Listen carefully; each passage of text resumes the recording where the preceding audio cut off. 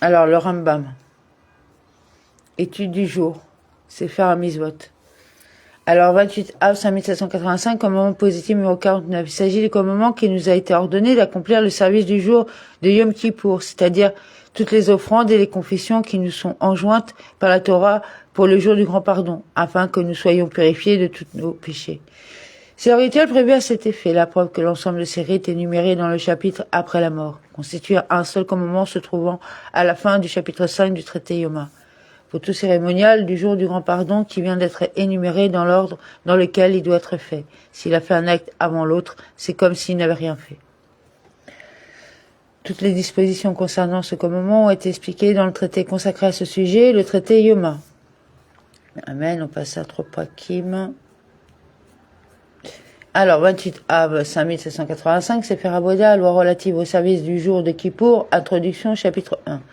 Loi relative au service du jour de Kippour. Il s'agit d'un unique commandement positif qui consiste à faire tout le rituel de Yom Kippour, suivant l'ordre prescrit dans la section Haremot. Les sacrifices, les confessions, l'envoi du bouc, émissaire et autres actes du service. Ce commandement est exposé dans les chapitres ci-après. Voici en quoi consiste le commandement du service au temple le jour du jeûne de Kippour. On offre le sacrifice quotidien, Tamida, du matin, et le sacrifice quotidien de l'après-midi, comme on le fait chaque jour. On offre en sacrifice supplémentaire Moussa de ce jour un taureau, un bélier et 7 moutons qui sont tous offerts en holocauste et un bouc comme sacrifice expiatoire dont le sang est aspergé sur l'autel extérieur qui sera consommé le soir à l'issue du jeûne. En plus de ce Moussa, on offre des sacrifices propres à Kippour, un taureau en expiatoire brûlé et un bélier en holocauste, tous deux provenant de l'argent personnel du grand prêtre. Le bélier offert par la communauté d'Israël dont parle la Torah dans la section à Haremot est aussi le bélier dont parle le livre des Nombres. Il fait partie des offrandes de Moussa et celui qu'on appelle le bélier du peuple. On apporte encore avec les fonds publics 2 boucs. L'un est offert comme expiatoire brûlé, le second est le bouc envoyé à Azazel. Ainsi, tous les animaux offerts ce jour-là sont au nombre de 15. Les 2 sacrifices quotidiens, un taureau, 2 béliers et 7 moutons, qui sont tous des holocaustes. 2 boucs expiatoires, l'un dont le sang est aspergé sur l'autel extérieur et dont la chair est consommée par les Kohanim le soir à l'issue du jeûne, et le second dont le sang est aspergé sur l'autel intérieur et dont la chair est brûlée, le taureau du grand prêtre qui est un sacrifice expiatoire brûlé.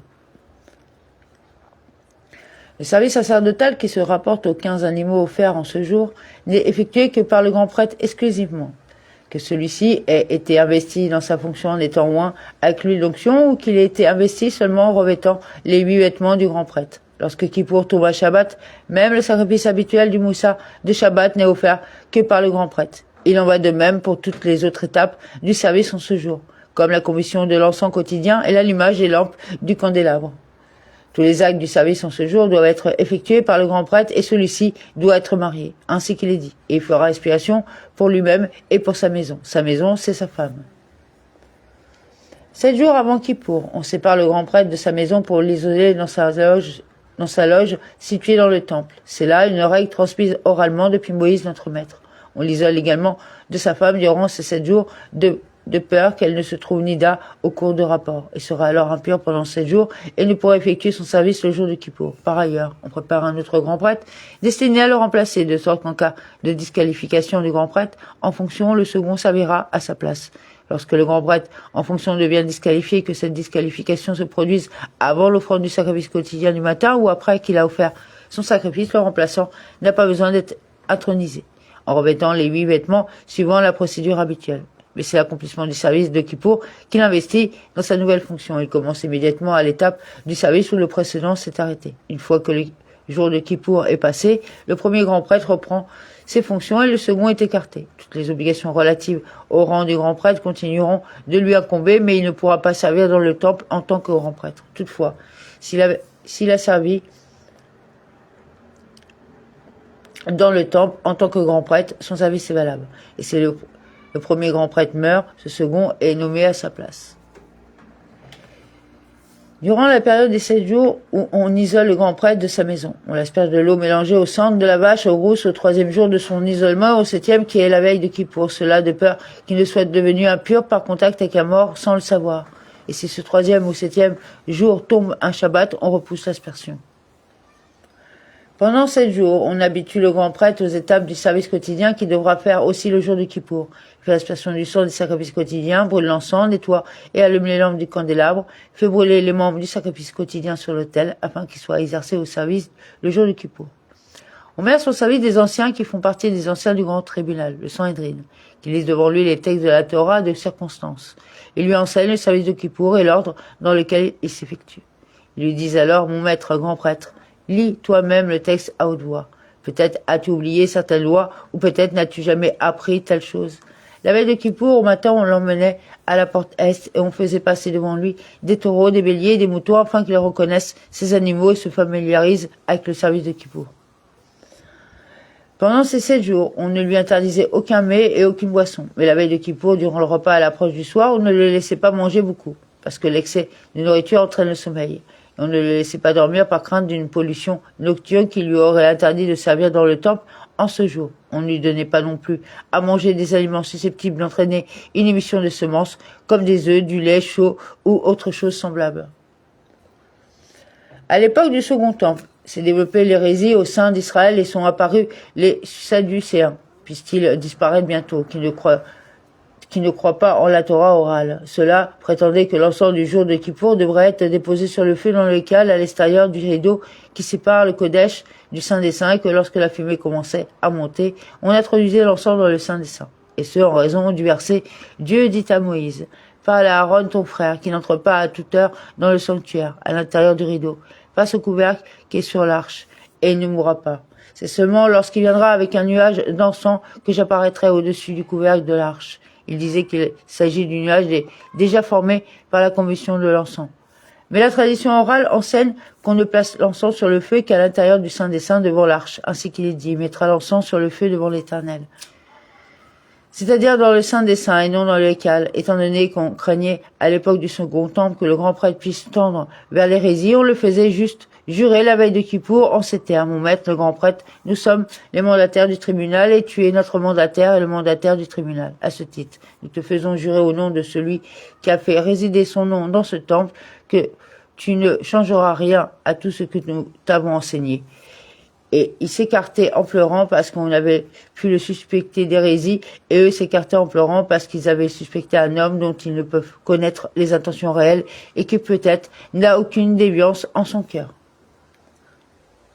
Toute la nuit de Yom Kippour, le grand prêtre était assis et discourait sur des sujets de Halara s'il était un sage ou bien on discourait devant lui s'il était un disciple capable de suivre et de comprendre un long développement halarique, mais non capable de discourir lui-même.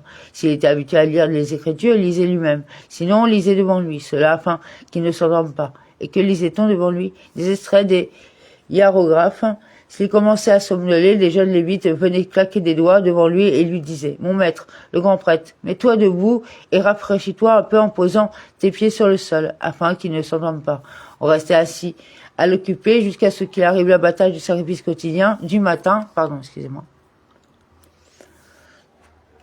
Du matin, on ne faisait pas l'abattage du sacrifice du matin tant qu'on n'était pas certain de l'apparition de l'aube, afin de ne pas commencer le service lorsqu'il faisait encore nuit. Sefer Avoda, loi relative au service du jour du Kippour, chapitre 2.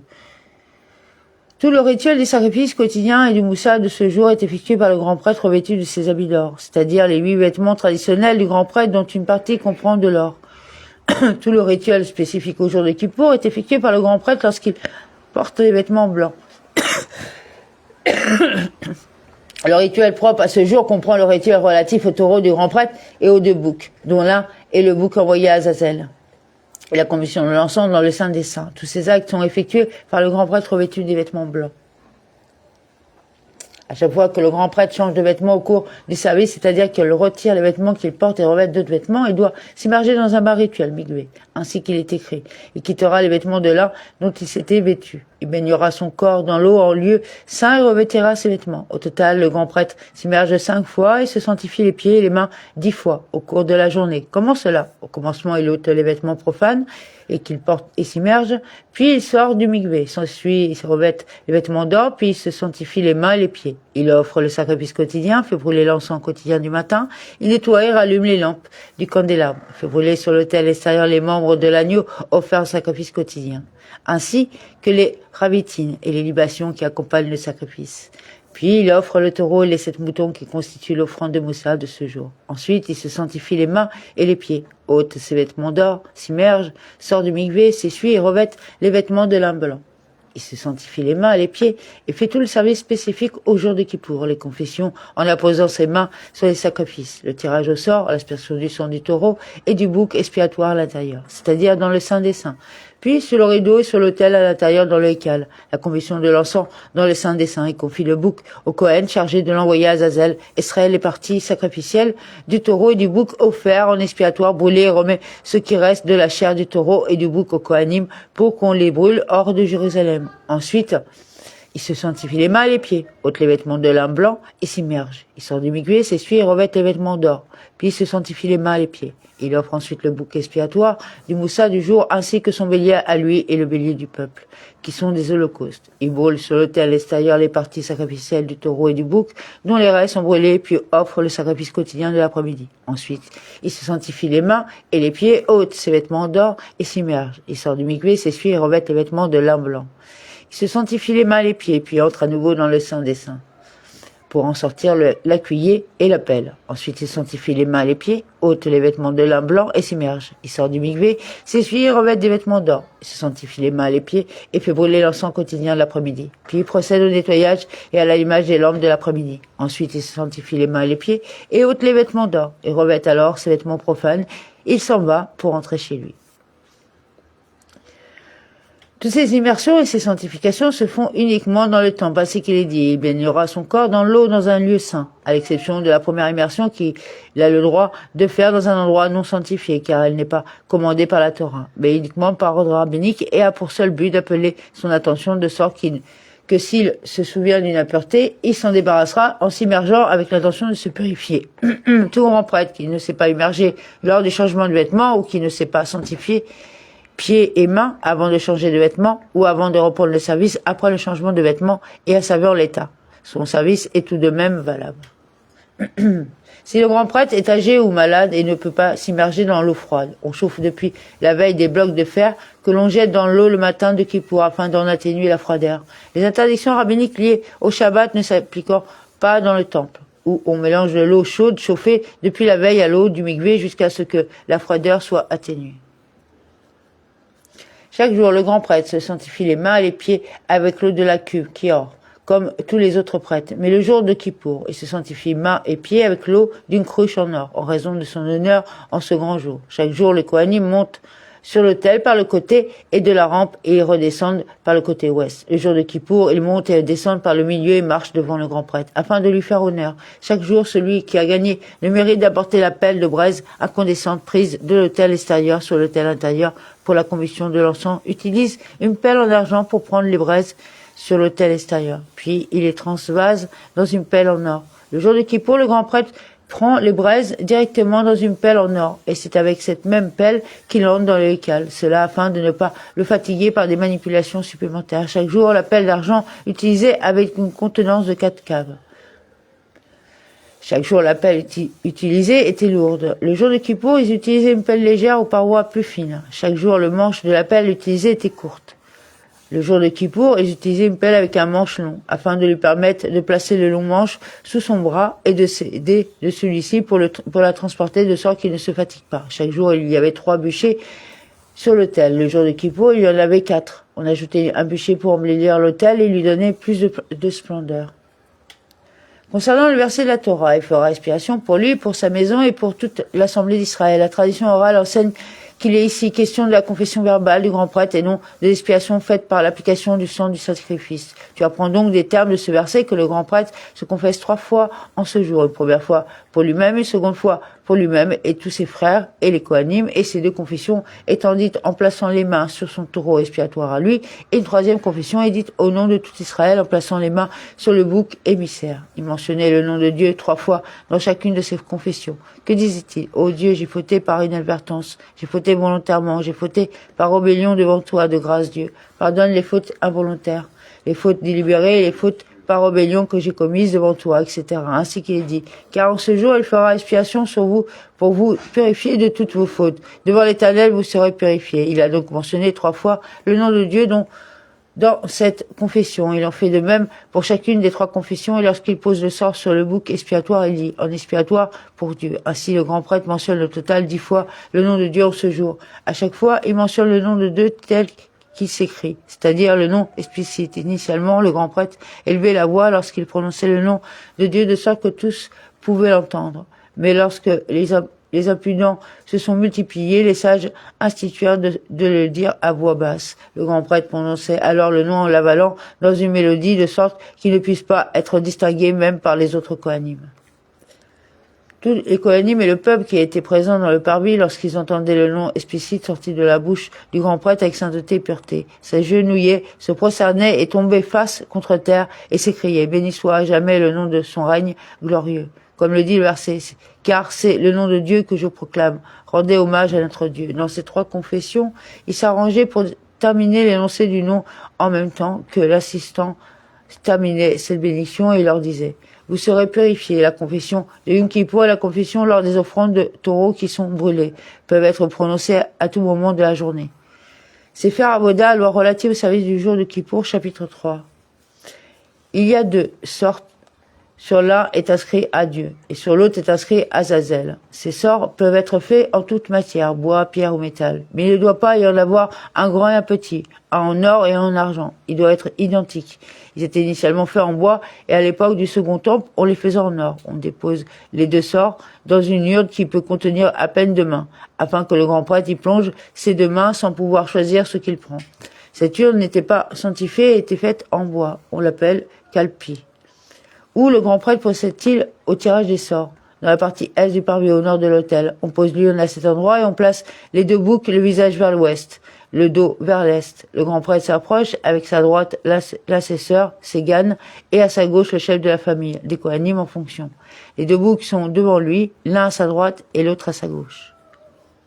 Il mélange les sorts dans l'urne en les remuant et tire avec les 2 mains les 2 sorts, un dans chaque main au titre de la misva du tirage au sort entre les 2 boucs. Il ouvre ses mains. Il le sort avec la mention « Adieu », se trouve dans sa main à droite. L'assesseur qui se tient à droite dit « Mon maître, le grand prêtre, lève ta main droite ». Et s'il le sort avec la mention « Adieu », se trouve dans sa main gauche le chef de la famille des Kohanim en fonction qui se tient à la gauche du grand prêtre dit « Mon maître, le grand prêtre, lève ta main gauche ». Place alors les 2 sorts sur les 2 boucs, celui de sa main droite sur le bouc de droite et celui de sa main gauche sur le bouc de gauche. S'il a omis de placer les sorts sur les boucs comme il se doit, cela ne valide pas le tirage au sort et chaque bouc est tout de même affecté à sa destination, mais il a manqué à sa prescription. En effet, placer les sorts sur les boucs est une prescription qui n'est pas essentielle pour la validité de la procédure, alors que le tirage au sort est essentiel à la procédure, bien que cela ne soit pas considéré comme un acte du service. C'est pourquoi le placement des sorts sur les boucs peut être fait par un profane, alors que le tirage des sorts de l'urne est invalide s'il est fait par un profane. Il attache alors une bandelette de laine rouge d'un poids de 2 sélas sur la tête du bouc à envoyer à Azazel et le positionne en direction de la porte par laquelle il sera sorti pour être envoyé à Azazel. Il attache aussi en bandelette au cou du bouc à sacrifier. Puis il fait la bataille de son taureau expiatoire et du bouc désigné à Dieu par le sort. Il apporte le sang du taureau et du bouc à l'intérieur du hékal et fait en ce jour 43 aspersions de leur sang. Voici comment il procède. Il fait d'abord avec le sang du taureau 8 aspersions dans le Saint des Saints, en se tenant dans l'espace situé entre les barres de l'arche sainte. Il fait l'aspersion du sang en l'air et le sang retombe au sol, à proximité du couvercle de l'arche dans l'espace d'un tépha. Ainsi qu'il est dit, il aspergea devant le couvercle de l'arche, il fait une aspersion orientée vers le haut et cette aspersion orientée vers le bas. La tradition orale enseigne que les aspersions dont parle le verset devant le couvercle, il aspergera 7 fois, viennent en complément de la première aspersion. Voici comment il comptait les aspersions. 1 et 2, 1 et 3, 1 et 4, 1 et 5, 1 et 6 et 1 et 7.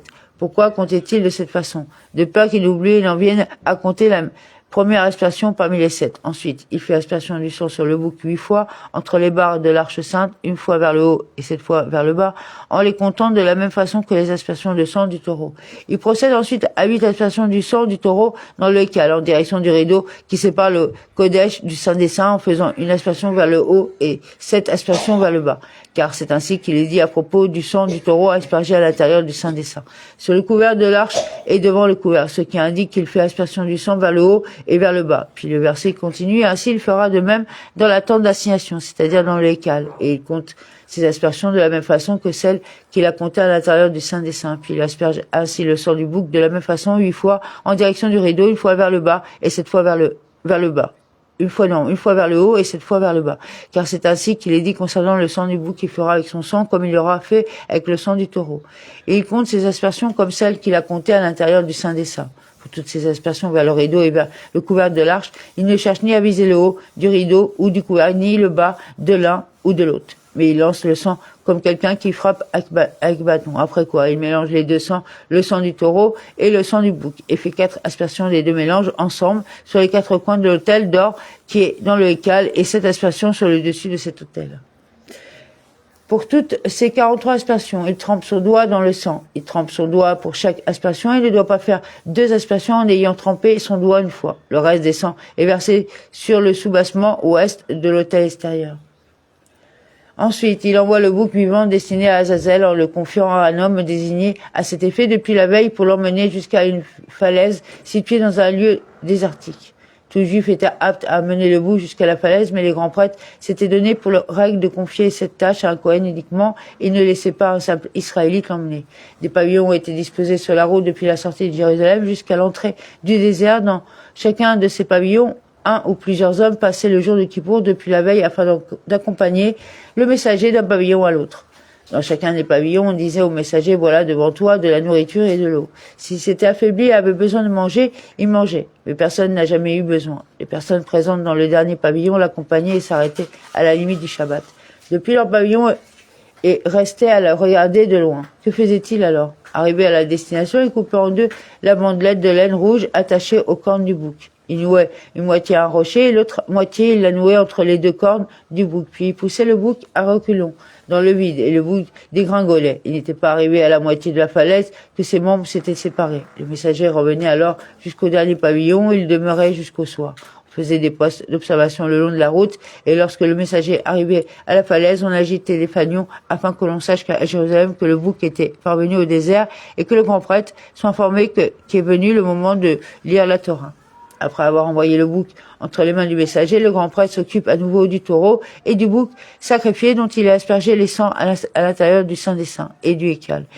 Il les éventre et extrait les parties sacrificielles pour les déposer dans un récipient en vue de les brûler sur l'autel. Il découpe le reste des chairs en grands morceaux qui ne détachent pas complètement, de sorte que ces morceaux restent attachés l'un à l'autre, comme une tresse, et il les fait porter par d'autres jusqu'à l'endroit de la combustion hors de Jérusalem. C'est là-bas qu'ils sont découpés et brûlés avec leur peau, comme nous l'avons expliqué.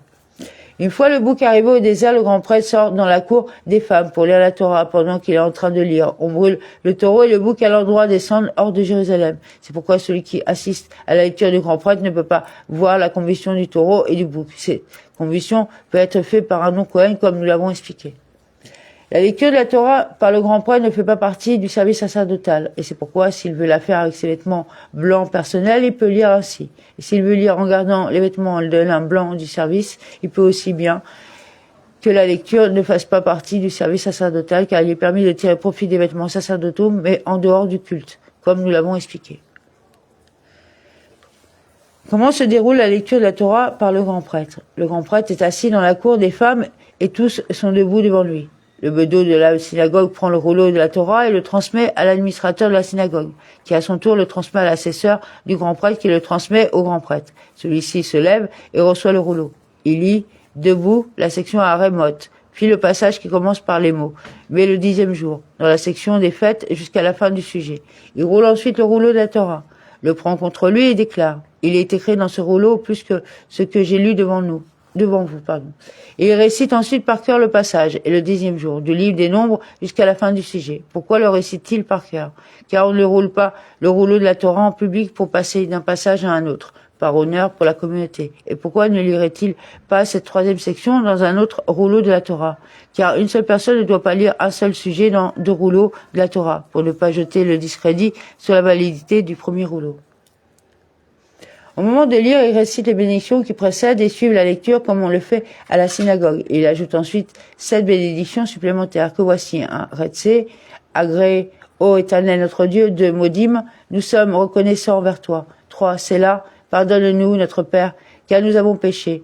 qu'il conclut par « Béni sois-tu, Éternel, qui pardonne les fautes de son peuple Israël avec miséricorde ». Cela fait 3 bénédictions dites suivant la formulation habituelle telle qu'on les récite quotidiennement dans la prière de l'Amida. Puis il récite 4 bénédictions à part qui se rapportent au temple et dont l'objet est de demander que persiste le temple et la présence divine qui l'habite, et qui conclut par « Béni sois-tu, Éternel, qui demeure à Sion ». Prononce aussi 5 bénédictions qui se rapportent au peuple d'Israël pour demander que Dieu prête secours à Israël et que la souveraineté ne leur soit pas retirée. Et il conclut par « Béni sois-tu, Éternel, qui choisit Israël ». Il prononce encore 6 bénédictions à part qui se rapportent au Kohanim pour demander que Dieu agrée leurs œuvres et leur service sacerdotal et qu'il les bénisse, et conclut cette bénédiction par « Béni sois-tu, Éternel, qui sanctifie les Kohanim ». Enfin, il adresse les prières, des supplications, des louanges et des requêtes suivant son aptitude, et il conclut par « Sauve, ô Dieu, ton peuple Israël, car ton peuple Israël a besoin du salut. Béni sois-tu, Éternel, qui entend la prière. Amen. Amen.